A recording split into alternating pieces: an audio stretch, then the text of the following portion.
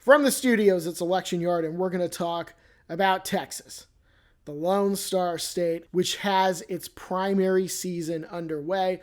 The primary in Texas is on March 3rd. It is the earliest set of primaries anywhere in the United States. There are also primaries in Arkansas and North Carolina on March 3rd, but I think the one that's going to be getting the most attention is Texas. So let's talk about Texas, where early voting is going on. So early voting in Texas, it started on February 17th.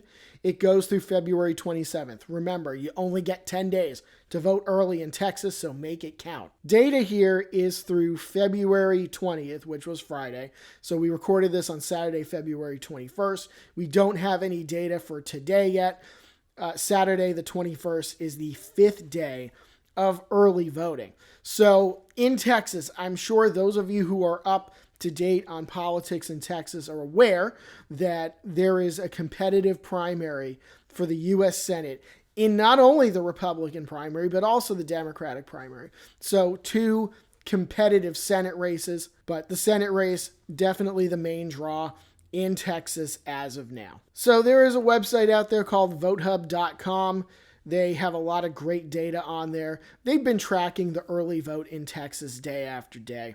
So the data that we're going to show you now, it's sourced from votehub.com as they analyze the county voting statistics for the Texas primary in terms of early voting. So as of right now, as of Friday the 20th, about 412,000 people had voted in Texas in the Democratic primary. Only 365,000 had voted in the Republican primary so far. And here's what's interesting about it. Those numbers by themselves may not raise any eyebrows, other than the fact that the Democrats have had more votes in their primary than the Republicans have. So that 412,000 Democrat number, that represents about 66% of the early vote in the last midterm primaries in 2022.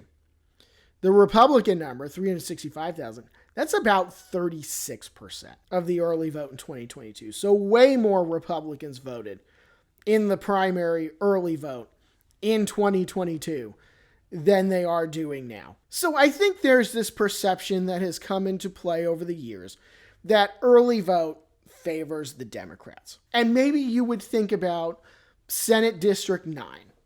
In Texas, which had that special election at the end of January, where the Democrats flipped that seat in Fort Worth. The early vote, if you look at the numbers, the early vote did go for the Democrat. But in the 2022 midterms, in terms of early voting, way more Republicans voted in that. So that might not necessarily be a true statement if you're still of that mindset that the early vote is just going to skew Democratic. It doesn't always, and it doesn't everywhere. So let's dig a little bit further into these early vote numbers. So Democratic early vote turnout in the DFW area, it's basically already at its 2022 midterm levels, and we still have a week to go.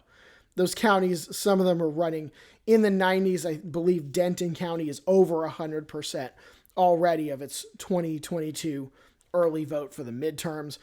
Harris County, that's where Houston is. They're a little behind that. They're at about 63% of their Democratic early vote from 4 years ago. Travis County, that's where James Tallarico is from in that Senate race. They're at 66% of that mark. And then you've got Bexar County, which is where San Antonio is. That is at 65%. So then when you look at the Republican early vote totals, the raw total of votes that I just mentioned, it doesn't lag behind the Democrats by a lot. But again, there were way more votes that the Republicans had in the bank in the primaries in 2022. Republican early vote turnout in the DFW, it's a little less than half of what it was in 2022. And of course, there is still a week for these numbers to improve. But there's also a week for the Democrats' numbers to improve as well. In Harris County, it's at about 37%. I'll tell you about Travis and Bexar County, but those are not really firmly Republican counties. So Travis County is at about 45% of where they were in 2022. Bexar County is at 38%. So I decided to look a little deeper. I decided to look into more Republican areas. So in votehub.com, you can actually click on counties and they have a lot of great tools on that website. So I lit up the Panhandle of Texas, which the Panhandle is about as Republican as it gets anywhere in this country. So I lit up the Panhandle counties, and it was coming in at about 21.5% of its turnout early in 2022. So basically what that means is that only about 1/5 of the Republican early vote that they had 4 years ago has turned out in that region of the state. So that is not very good at all. And then I decided to do a little blob in Central Texas, which is also a very, very conservative area. It's a little better, but not by much. It's still under 30%. So the Republican early vote in Texas is definitely lagging. And not only is it lagging, it's lagging in places where they should do well. So now you want to ask the question, well, what is different now? The Democrats do have a competitive primary in the Senate race, but the Republicans do too. So that doesn't necessarily account for all of it. I mean, on the Democratic side, at this point, if you're in any way plugged into politics, you've probably heard about James Talarico, and then he's running against Jasmine Crockett, the congresswoman from Dallas, in the Democratic primary for Senate. And then on the Republican side, you've got John Cornyn, the incumbent, who is being primaried by the state's attorney general and a Congressman, Wesley Hunt. So you've got competitive primaries on both sides. It's not just the Democratic race that's getting attention. So I think in this case, there are times where the simplest answer is usually the best one. And right now, I think if you take the numbers that we have so far, you take the special elections we've had around the country since last year, you take the 2025 election results in places like Virginia and New Jersey, I just think Democrats are more motivated to vote right now. I think that's the simplest explanation and probably accounts for a lot of it. So there was some data posted on social media today from Tarrant County's early vote count. The guy's name was Chris Tackett. Almost about 1/4 of Democratic early votes in Tarrant County, which is where that special election was in Senate District 9. About 1/4 of those people had never voted in a primary before, and about 1 in 30 of them were first-time voters. So you compare that to the Republican side, about 1 in 75 GOP early voters in Tarrant County were first-time voters. So the Democrats are definitely doing a better job right now getting their voters out and getting new voters out, which is an interesting piece of information. Now, I will preface also, this is the early vote for a primary. Yes, both sides do have competitive primaries, not only at the Senate level, but going down to the congressional level and all that.